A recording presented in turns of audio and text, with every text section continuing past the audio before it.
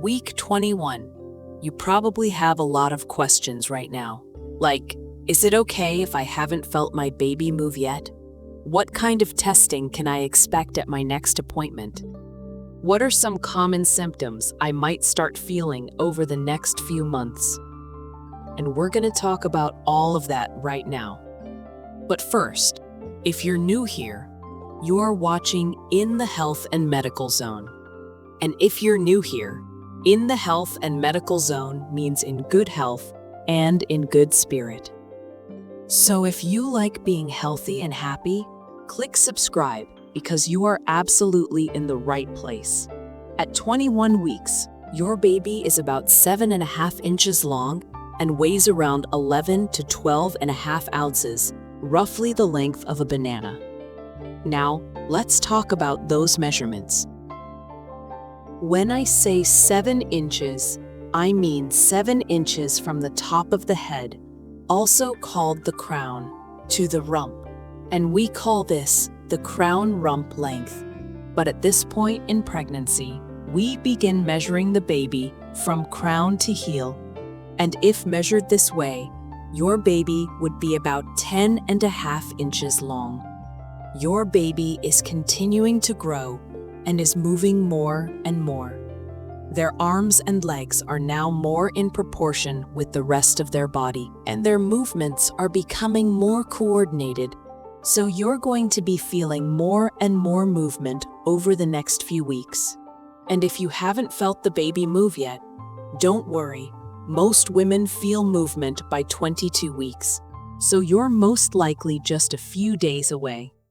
Your baby's eyelids have been sealed shut since they formed around 11 weeks, but now they're starting to unseal, and soon they'll begin opening and closing. Their digestive system is also starting to kick in more. Their pancreas is beginning to secrete digestive enzymes, and they're starting to swallow and digest amniotic fluid. They're just practicing for now and still getting all their nutrients from the placenta.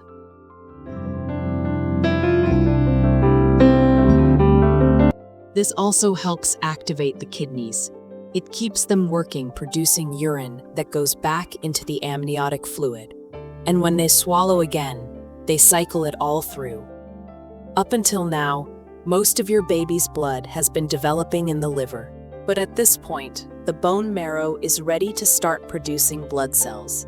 And as adults, this is where most of our blood cells are made. So the bone marrow is now starting to take over as the main place for creating red blood cells. Now, as for you, let's talk about sleep. Generally, in the first trimester, you can sleep however you want. But now, as your uterus grows, you need to be aware of which positions you should and shouldn't sleep in. And for some of you, this might be a tough adjustment. It's not really recommended to sleep on your back when you're this far along, because when you're flat on your back, your growing uterus can put pressure on what's called your inferior vena cava, the main large vein that brings blood back up to your heart.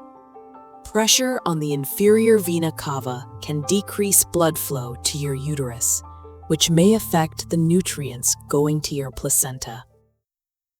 Your uterus can also put pressure on your ascending aorta, which decreases the blood flow returning to your heart. This might make you feel short of breath or even a little dizzy.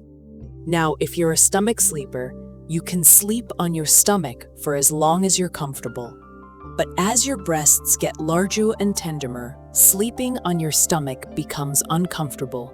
And then you have your expanding uterus to consider. At this stage, lying directly on your stomach gets pretty uncomfortable too. If that's the only way you can sleep, you can try using a donut-shaped pillow to support your belly. It might give you a few more weeks of stomach sleeping. The best position to sleep in is on your left side. Yes, you can sleep on your right side, but the left side is thought to put the least amount of pressure on your uterus. With that being said, don't panic if you fall asleep on your left side and wake up on your back. Your body will naturally adjust in the middle of the night and let you know what it needs. There are also things you can do to make side sleeping more comfortable, and that's where pillows come in. I've talked about this a lot in previous videos. There are pregnancy pillows designed to support your back. You can lean your back against the pillow, and it will help you stay on your side. There are also pillows that wrap around your entire body, offering support for your glowing belly, your back, and your knees. Check them out. Tons of people find them incredibly comfortable during pregnancy.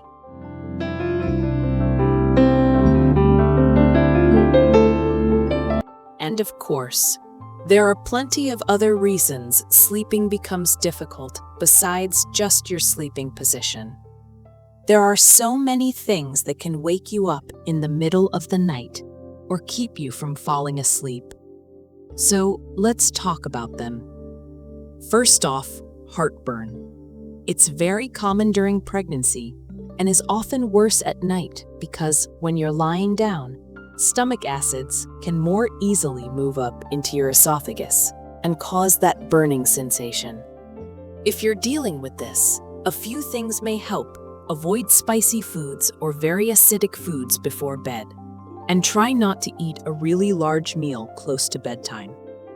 A good rule of thumb is to wait about 2 to 3 hours after a big meal before going to sleep. You can try over-the-counter Tums. They're totally safe during pregnancy.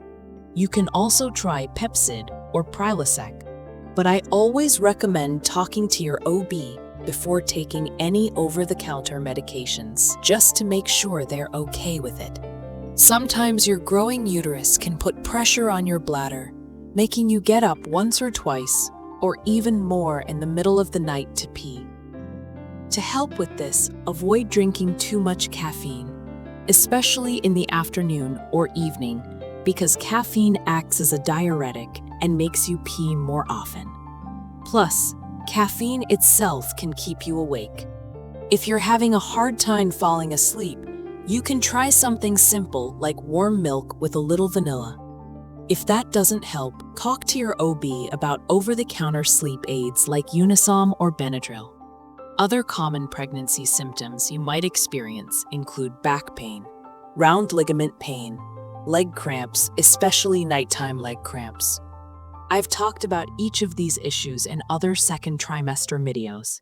They're filled with a ton of great information, so if this is your first time here, I highly recommend going back and checking out some of those earlier videos that can help you with these other symptoms.